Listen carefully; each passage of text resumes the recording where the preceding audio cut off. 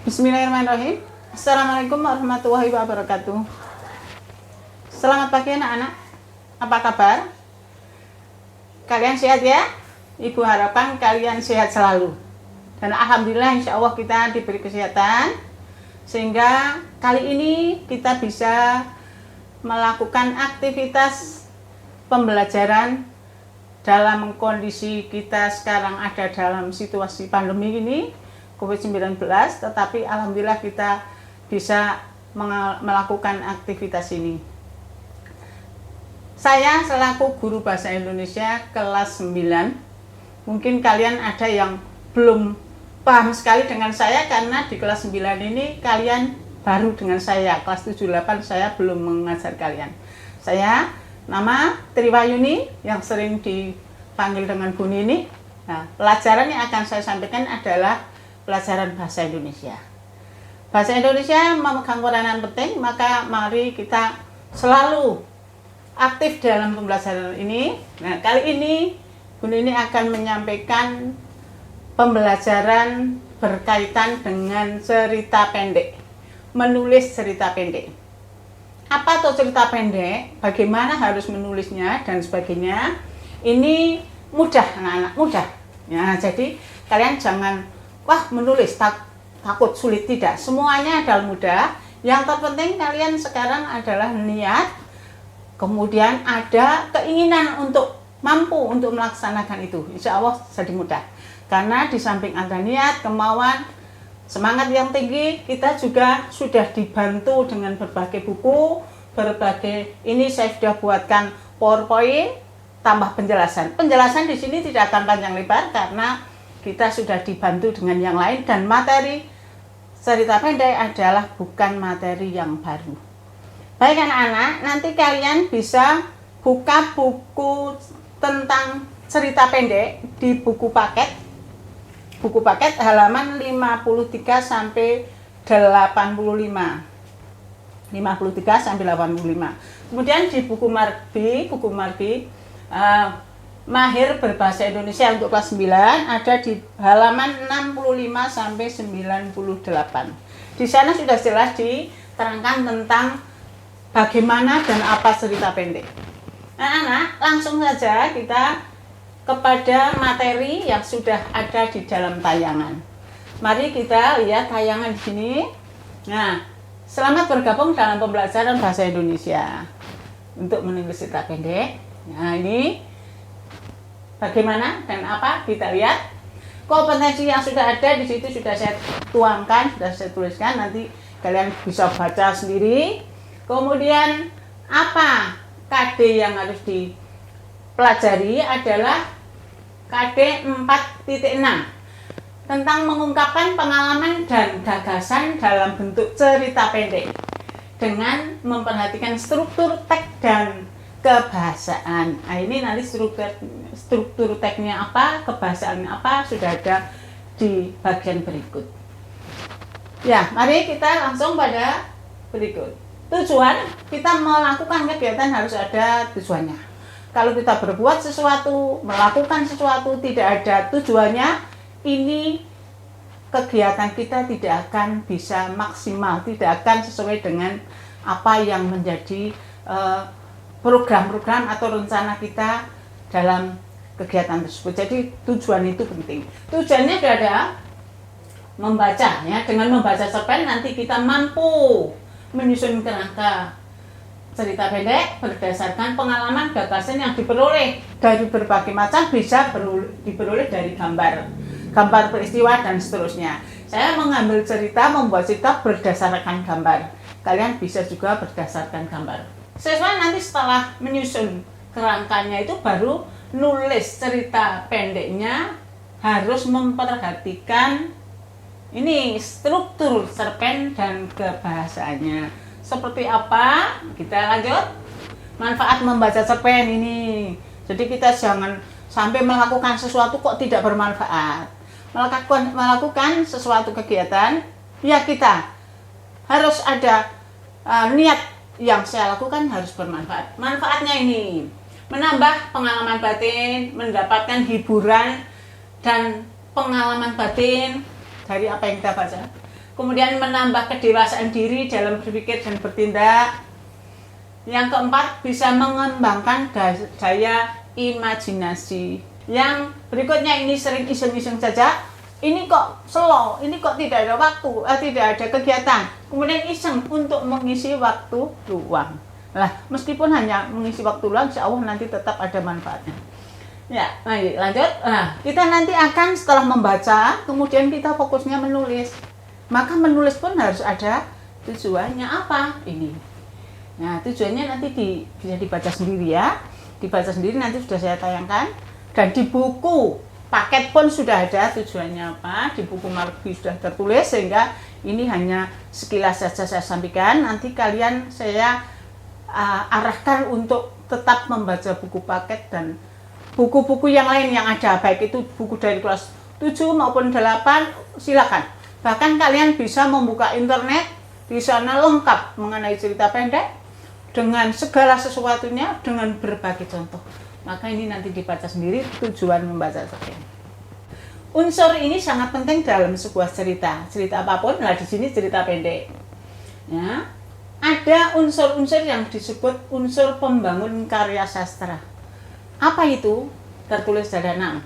Yang pertama tema, yang kedua alur, yang ketiga amanat, yang keempat latar atau setting, berikutnya penokohan, dan terakhir sudut pandang. Ini semuanya harus ada.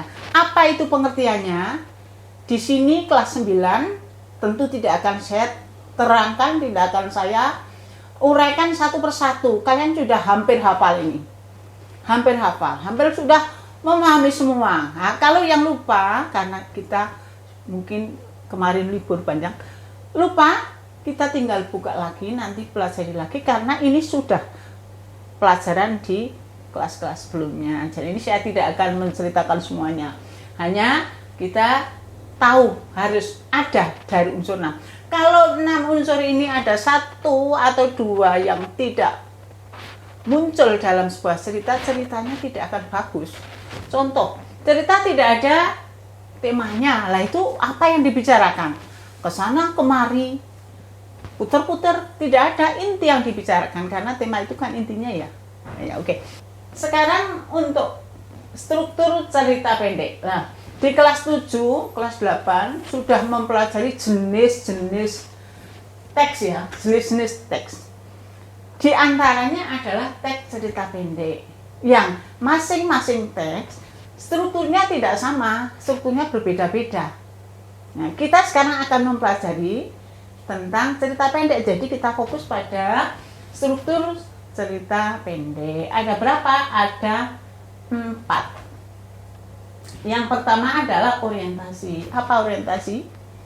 Ya, di dalam buku Marbi sudah diterangkan dengan jelas, insya Allah di situ jelas apa itu orientasi, dan itu harus ada. Di dalam orientasi itu menggambarkan adanya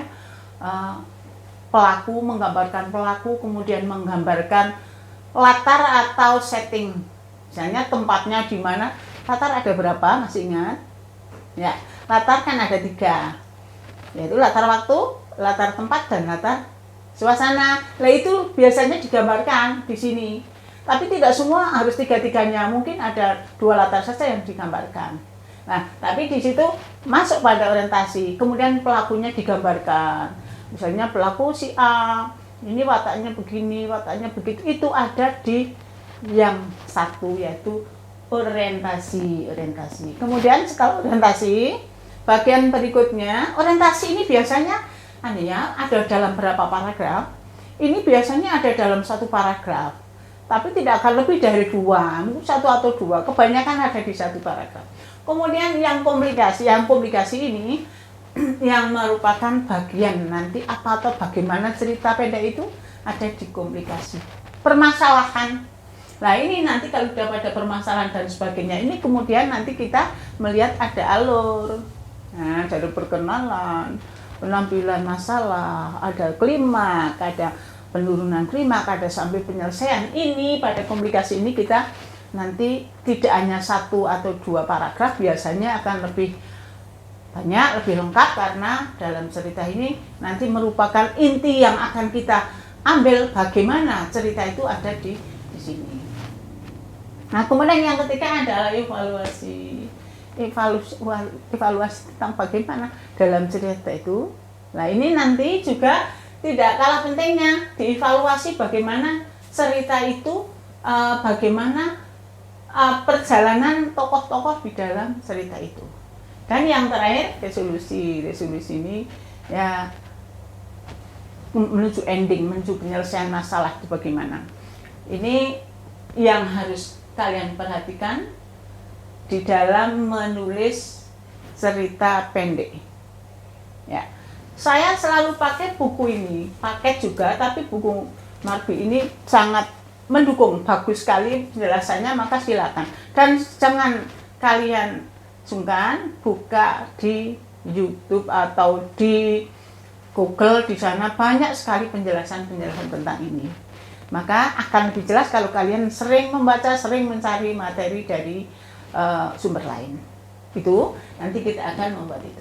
Kemudian bagaimana agar cerita pendek yang kita sampaikan itu, yang kita tulis itu nanti sesuai dengan kaidah yang seharusnya, maka ini kebahasaan ini harus ada. Yaitu ada 3. Yang pertama, kalimat deskripsi, mendeskripsikan, jelas. Ini sebagai contoh pada paragraf 1 saja sudah pada bagian 1 tadi, bagian 1 ya. Ini bagian orientasi, ini pun sudah ada deskripsi, mendeskripsikan pelaku, mendeskripsikan latar. Ini berarti deskripsi ini sangat penting.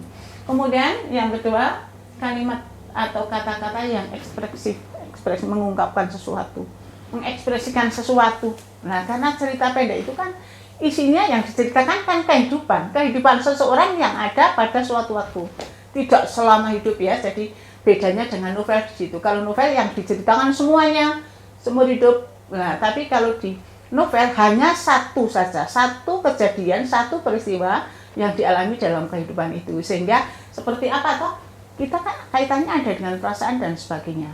Contoh-contoh untuk kalimat yang ekspresif sudah tertera juga di dalam buku ini, panduan yang kita pakai sudah ada, maka saya tidak perlu panjang lebar menerangkan itu karena nanti saya tetap mengajak kalian rajin dan gemar membaca. Jadi dibaca contoh-contoh kalimat yang ekspresif ini. Nah, ini ciri yang kedua. Ciri yang ketiga, menggunakan majas. Nah, majas itu untuk menghidupkan suasana. Majas ada macam-macam. Di kelas 7 sudah sering ya majas yang dihafal, ada majas hiperbola, majas personifikasi, yang masing-masing majas sudah mempunyai ciri sendiri. Nah, ciri sendiri apa? Nah, untuk majas ini untuk menghidupkan suasana. Jadi menghidupkan atau bisa mengkaitkan suasana yang satu dengan yang lain, menyambung kejadian-kejadian yang mau diceritakan.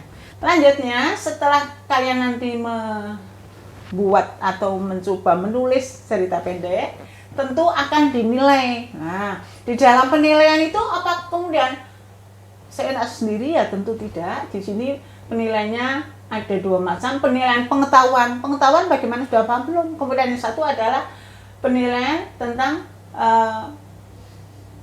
keterampilan. Nah, untuk penilaian ini nanti sudah saya sebutkan di PowerPoint-nya, nanti kalian bisa buka, kemudian mengerjakan berdasarkan tugas yang ada di sana.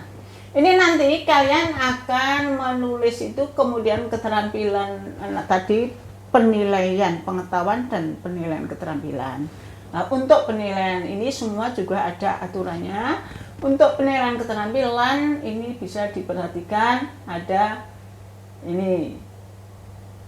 Kira-kira dari sedikit pembelajaran yang saya laksanakan hari ini melalui media ini ada manfaatnya, dan saya berharap ada manfaatnya untuk bisa membantu kalian dalam aktivitas pembelajaran di rumah. Ini kriteria dengan penskorannya juga sudah ada, sehingga kamu harus perhatikan, ambil yang ini misalnya penskoran yang tinggi, kalian harus betul-betul perhatikan itu. Nah, nanti kalian semuanya sudah ada. Begitu. Saya kira ini saja apa yang saya sampaikan hari ini. Sekali lagi kita tetap semangat, selalu belajar, selalu berusaha untuk meraih cita-cita. Dengan bismillah, insya Allah yang sulit akan jadi mudah. Sekian, selamat pagi. Terima kasih atas perhatian. Assalamualaikum warahmatullahi wabarakatuh.